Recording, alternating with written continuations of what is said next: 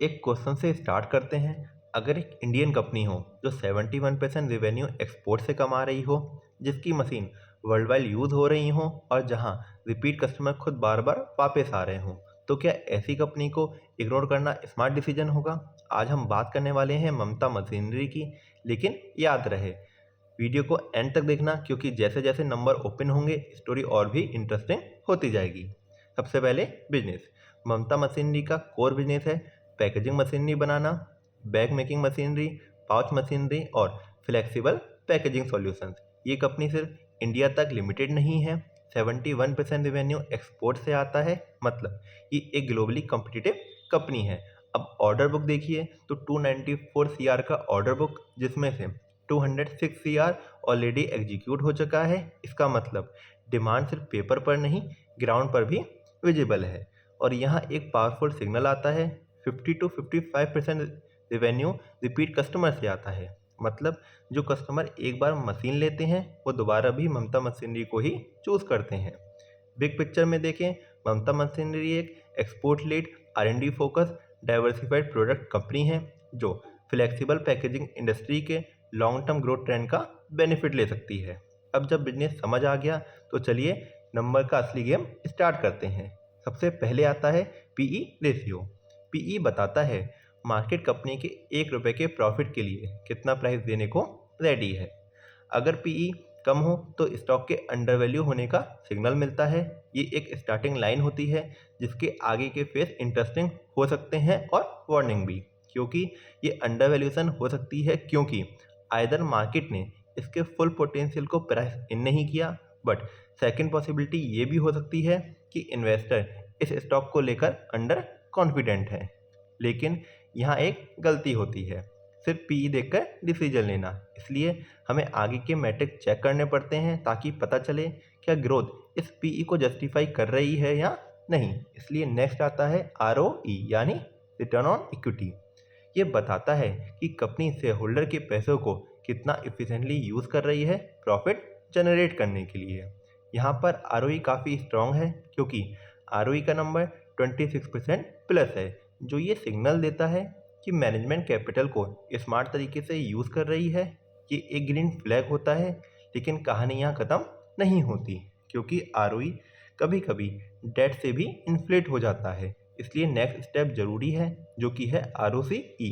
तो चलिए अब ROCE means return on capital employed को एनालाइज करते हैं।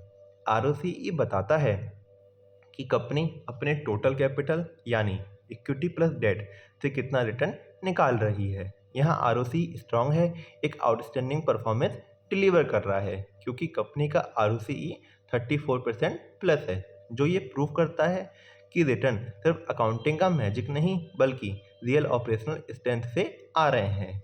High ROE plus high ROCE normally एक स्ट्रॉन्ग ग्रीन सिग्नल कॉम्बो होता है, लेकिन एफिशिएंसी तभी काम आती है जब सेल्स भी ग्रो करे। इसलिए नेक्स्ट स्टॉप ग्रोथ। तो आइए सेल ग्रोथ को डिकोड करते हैं। सेल ग्रोथ बताता है क्या कंपनी के प्रोडक्ट की मार्केट में एक्चुअल डिमांड है या नहीं। सिंपल लैंग्वेज में, कंपनी के प्रोडक्ट की डिमांड इंक्रीज हुई है या नहीं हुई कंपेयर टू लास्ट ईयर। यहाँ पर कंपनी की सेल ग्रोथ का नंबर रेवेन्यू का आउटस्टैंडिंग परफॉर्मेंस शो करता है, क्योंकि ये है अराउंड 17% प्लस। मीन्स ममता मशीनरी की सेल ग्रोथ कंसिस्टेंट और स्ट्रॉन्ग रही है, जो ये शो करता है कि flexible packaging demand globally improve हो रही है। इससे प्रॉफिट ग्रोथ का एक बेस क्रिएट होता है। ये एक ग्रीन फ्लैग है, लेकिन सिर्फ सेल काफ़ी नहीं होती, प्रॉफिट भी ग्रो होना चाहिए। तो इसके लिए हमें अपने next metric means profit growth को चेक करना होगा। तो चलिए देखते हैं ये क्या प्रेजेंट करता है। प्रॉफिट ग्रोथ बताता है कि कंपनी सिर्फ रेवेन्यू नहीं बल्कि रियल मनी भी कमा रही है या नहीं। यहाँ पिक्चर बहुत इंटरेस्टिंग हो गई है, क्योंकि प्रॉफिट ग्रोथ लास्ट 5 ईयर्स में 109% प्लस का नंबर शो कर रही है। मतलब प्रॉफिट सेल से भी फास्ट ग्रो कर रहा है, जो मार्जिन इंप्रूवमेंट और कॉस्ट एफिशिएंसी का सिग्नल है। ये मैट्रिक इन्वेस्टर के लिए बहुत इंपॉर्टेंट होता है, क्योंकि लॉन्ग टर्म में वैल्यू चेन से ही क्रिएट होती है। अब ग्रोथ स्ट्रॉन्ग है, लेकिन वैल्यूएशन का फाइनल टेस्ट अभी बाकी है। इसलिए आता है PEG रेशियो। PEG पीई को ग्रोथ के साथ कंपेयर करता है। अगर पीजी इक्वल टू 1 है, जनरली ये बताता है कि ग्रोथ के कंपैरिजन में वैल्यू स्ट्रेच नहीं लगती। यहाँ पर कंपनी का पीजी रेशियो है 1, which means stock price reasonable है कंपेयर टू इट्स ग्रोथ। यहाँ पीजी पॉजिटिव सिग्नल देता है जो पीई के डाउट को काफ़ी हद तक न्यूट्रल कर देता है। लेकिन एक और सवाल बनता है, क्या प्रमोटर खुद इस स्टोरी पर भरोसा रखते हैं? तो चलिए खुद उनसे पूछते हैं। अगर हम प्रमोटर होल्डिंग को देखें तो ये नंबर बहुत इम्प्रेसिव है, क्योंकि प्रमोटर ने अराउंड 63% स्टेक होल्ड किया हुआ है, जो ये शो करता है कि प्रमोटर होल्डिंग स्टेबल है और कोई नेगेटिव वैल्यूएशन नहीं दिख रहा। इसका मतलब प्रमोटर कंपनी के फ्यूचर पर कॉन्फिडेंट हैं एंड मैनेजमेंट का long term commitment and vision clearly दिखाई देता है। ये एक ट्रस्ट सिग्नल होता है इन्वेस्टर के लिए। लेकिन ओनरशिप के बाद फाइनेंशियल हेल्थ चेक जरूरी होता है, जिसके लिए हमें अपने नेक्स्ट स्टॉक को चेक करना होगा, मीन्स करंट रेशियो। ये मैट्रिक हमें बताता है कि क्या कंपनी इस पोजीशन में है भी या नहीं कि वो अपनी शॉर्ट टर्म लायबिलिटी को आसानी से पे कर पाए अपनी शॉर्ट टर्म एसेट के थ्रू। तो अगर हम नंबर देखें तो कंपनी यहाँ 1.84 का करंट रेशियो शो कर रही है, which means current ratio strong है, जो ये बताता है कि कंपनी अपनी short term liability comfortably handle कर सकती है। कैश क्रंच का प्रेशर नहीं है, ये एक ऑपरेशनल ग्रीन फ्लैग है। अब लास्ट टेस्ट बचा है डेट स्ट्रेस टेस्ट, जिसके लिए हमें इंटरेस्ट कवरेज रेशियो को डिकोड करना होगा। तो चलिए डिकोड करते हैं। ये हमें बताता है कि कंपनी अपनी डेट के इंटरेस्ट को अपने ऑपरेटिंग प्रॉफिट के थ्रू मैनेज कर रही है या नहीं, और अगर हाँ तो कितनी बार। यहाँ पर नंबर देखें तो नंबर है 92.8 का रेशियो है, जो कि ये प्रूव करता है कि कंपनी बहुत ईजिली से अपने डेट के इंटरेस्ट को पे कर सकती है।